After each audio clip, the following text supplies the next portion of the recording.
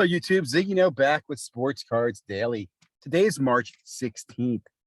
And on this day in sports history, not a whole lot of exciting stuff going on. I think the biggest news I found was this interesting story about in 1900, the American League was put together. Here's some of the original teams: White Sox, the Senators, Brewers, Tigers, Cleveland Blues. Why didn't they go back to the Cleveland Blues instead of the Guardians? Boston Americans, Philadelphia Athletics, and Baltimore Orioles. A couple of other interesting historical facts. You might check that out. Do enjoy this checking out sports history every day. Also just kind of in sports news from Sports Collectors Daily. Again, nothing super exciting standing out to me. Some release information. It seems that they're auctioning everything. It also seems to me like they're fractionalizing everything. I thought this was interesting. The last touchdown quarter sold for $500,000, and now it's not really the last touchdown thrown by Tom Brady. What if that impacts the price of that touchdown? That's pretty challenging, wouldn't you say? Where was it? I thought I saw something here. Checklist released. I think that was the main story I wanted. Oh, these paintings are going to be on Collectible. They're fractionalizing these paintings. They fractionalize everything. In hobby news, oops. I was live when we were doing this, but sports collector, I'm sorry, personal finance dad, or sports card dad, as he should be called now, and comeback card kid were talking to Ezra tonight. Put in the middle here. Someone who... Also in news, Ezra was on Beckett Live Presents. Again, in both cases, he's promoting the Mint Collective, which is going to be in Vegas, I think next week, I believe, if I'm not mistaken. I think it's interesting to have it because I think it's great to have the balance of having a West Coast conference and then the national kind of on the East Coast or Midwest with Chicago. So I'm not going to the Mint Collective. I've seen some criticism on it. I will be interested to see what the feedback is. I'm sure a lot of the feedback will be positive because a lot of the content creators are going to be attending it. So they're not going to come back and say it sucked. But I'm curious here if anybody's attending. If you are attending, please let me know what your thoughts are of the event. Also, really interesting story here from Josh Luber on his plans for sports card hobby. I'm not going to go in this too much. I'll let you play the. I'm going to leave the link below. I mentioned this because a video come up. I'll talk about. Josh really just thinks of sports cards like he does sneakers, right? And one of the things he did in sneakers was he had things like, Kanye West or whatever came out and made a sneaker, and other celebrities made sneakers. So I think he thinks he's going to do the same thing with cards. Like, I guarantee you're going to see like Kim Kardashian, cards come out or something like that. I am curious to see if this will work. It might work. Like his comment on how he's going to grow the hobby is by growing those communities, right? Like not trying to make more sports card collectors, but try to make more collectors of Kardashian collectors of cards, and then maybe they bleed over into sports. I think it's naive. I think it's an interesting approach, but I think it's naive. I don't think it's going to work. I think others have tried it. Like, I don't see what's going to be different. The one thing I will say that he is going to be doing differently is using the exclusivity, kind of the supreme touch where you make things seem like they're rare to kind of create value. But I still question, how many people really want a supreme, crowbar today? Is that really cool to have a supreme crowbar? Is it going to be really cool to have, Kim Kardashian printed cards in the future? These are my thoughts.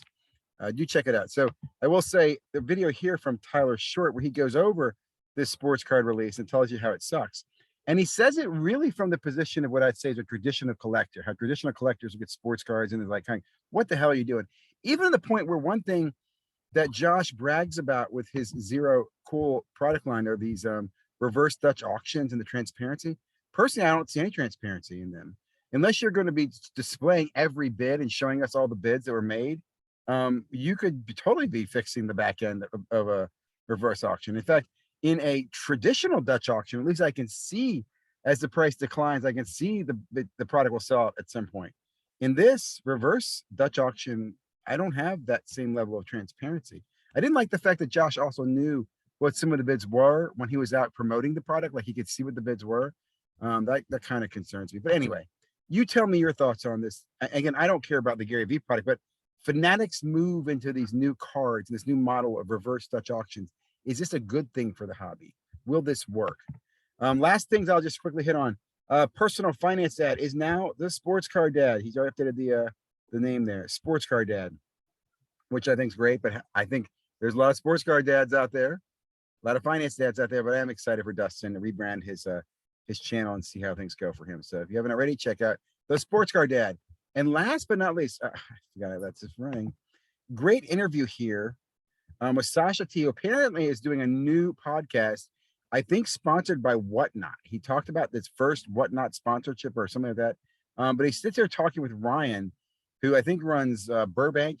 And to me, what's great about this interview is just listening to how Sasha really had no clue about the hobby before. I don't mean that in a negative way. I don't mean that like he was clueless and didn't know it, but like talk about in the first few minutes, maybe first 30 minutes, not even 30 minutes. I think I'm only 11 minutes in. They were talking about this before earlier about how back in the 2015, if you had a store and 4 or 5 people came in during the day, that was a busy day, right? And today, most stores get a lot of traffic on a daily basis.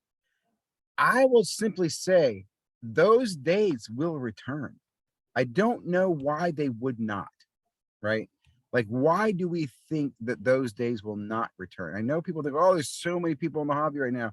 There's so many products. I understand there are, but retail stores in general are just obsolete. There's not a reason for it. As a collector myself, I only go to a local card store really to meet people, to socialize. That's not where I'm going for my cards. So anyway, my comment there is I think a lot of people are naive to what the sports card environment market was and really where it's going with the changes that are coming, Fanatics new models and stuff, right? I would tell you this on the Zerocool reverse auction thing, if that puts distribution out of the market and I don't have to deal with Disney, hosing me on prices for product, I take it all day long. That's it. That's all I have today from Sports Cards Daily. Hope you enjoyed this little quick conversation with a few points to make. There we go. Got Dustin, Brad, and Ezra there. And I'd love to hear your feedbacks on Mint Collective. Are you guys attending? Your thoughts on Josh Luber and Fanatics. Like, what product do you think will come next? Again, this will not be a sports product. Like, I even thought, like, will they go political? Will they make political cards? Dustin's update on his website, and Sasha T learning about what sports card were just a few years ago. Really cool video. Guys, hope you enjoyed this video. Have a great day. Stay safe, stay healthy. Click subscribe if you haven't already. Bye-bye.